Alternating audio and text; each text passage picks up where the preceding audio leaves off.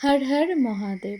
Welcome to day 12 of my 30 days blog series, যেখানে আমি তোমাদের সাথে শেয়ার করছি আমার ডেইলি লাইফস্টাইলের কিছু সুন্দর সুন্দর মুহূর্ত। তো আজও আবার চলে এসেছি আরও একটা সুন্দর ব্লগ নিয়ে। হাই, আমি জয়, life and style with joy আরও একটা নতুন ব্লগে তোমাদের সবাইকে ওয়েলকাম।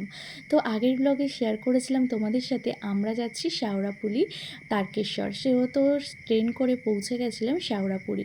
আর আমরা টোটাল গেছিলাম 22 জন একসাথে, আর সঙ্গে ছিল বাঘ। তো আমরা শেওড়াফুলি পৌঁছে যাওয়ার পর ওখানে গিয়ে কিছু সময় রেস্ট নিই। তারপর চারিদিকটা সুন্দর করে ঘুরি এবং গঙ্গার পাড়ে একটু গিয়ে দেখি, মন্দিরও দেখি। আর সামনে চৈতন্যদেবও ছিল পুরো একদম শেওড়াফুলি ঘাটে ঢোকার মুখে। আর এখানে দেখো নৃসিংহদেবের কি সুন্দর একটা মন্দির করা, দেখে তো মনটা পুরো সুন্দর হয়ে গেল। আর সামনে ছিল গঙ্গা আর একটা শিব ঠাকুরের মন্দির, যেখানে সবাইকে তিলক পরানো হচ্ছিল, পুজো হচ্ছিল সব কিছু। তারপর আমরা ওখান থেকে ঘুরে কিছু সময় রেস্ট নিয়ে খাওয়া দাওয়া করে তারপর করে নিই স্নান। গঙ্গা স্নান করার পরেই আমরা বেরিয়ে পড়ি শেওড়াফুলি থেকে হেঁটে তারকেশ্বরের পথে। তো আমাদের পুরো পথটা হেঁটে যাওয়ার কথা, এবং সেখানে যাওয়ার জন্য আমরা পুরোপুরি রেডি। আর এই যে ত্রিশূলটা, এটা আমি নিজে হাতে রং করেছি। এরপর হেঁটে যেতে পারলাম কিনা থাকছে নেক্সট পার্টে। বাই।